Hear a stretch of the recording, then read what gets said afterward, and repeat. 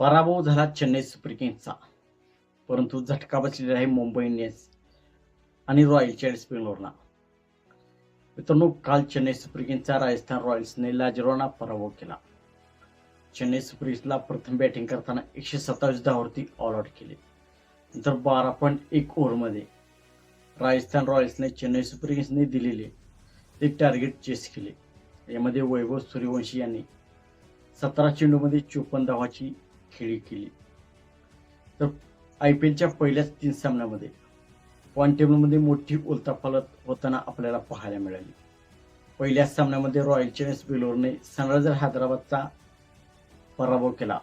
Sunrisers हैदराबादने दिलेले target royal challengers बेंगलोरने 15.2 ओव्हरमध्ये chess केले. तर दुसऱ्या सामन्यामध्ये मुंबई इंडियन्सने कोलकाता नाईट रायडर्सनी 220 धावांचे टार्गेट दिले होते, ते 19.1 ओव्हरमध्ये चेस केले.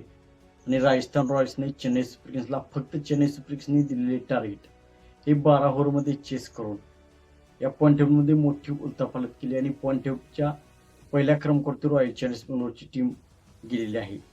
तर पराभव झालेला आहे चेन्नई सुपर किंग्सचा, परंतु झटका बसलेला आहे रॉयल चॅलेंजर्स बेंगलोर आणि मुंबई इंडियन्सला.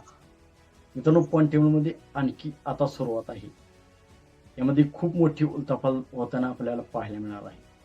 तर थोडक्यात आपण पॉईंट टेबलचे समीकरण, कोणाचे नेट रन रेट किती आहे हे आपण जाणून घेऊयात. तर राजस्थान रॉयल्सची टीम पॉईंट टेबलमध्ये पहिल्या स्थानावरती आहे. राजस्थान रॉयल्सने चेन्नई सुपर किंग्सला मोठ्या फरकाने पराभूत केलेले आहे आणि राजस्थान रॉयल्सची नेट रन रेट ही +4.171 इतकी आहे. तर दुसऱ्या क्रमांकावरती रॉयल चॅलेंजर्स बेंगलोर आहे.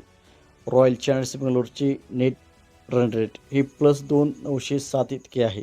त्यांचीही 2 पॉईंट आहेत. मुंबई इंडियन्सचीही 2 पॉईंट आहेत, पण मुंबई इंडियन्सची नेट रन रेट 0.787 इतकी आहे. गुजरात, लखनौ, दिल्ली आणि पंजाब यांचा अजून सामना झालेला नाही. गुजरात आणि पंजाब यांच्यामध्ये सामना सुरू आहे.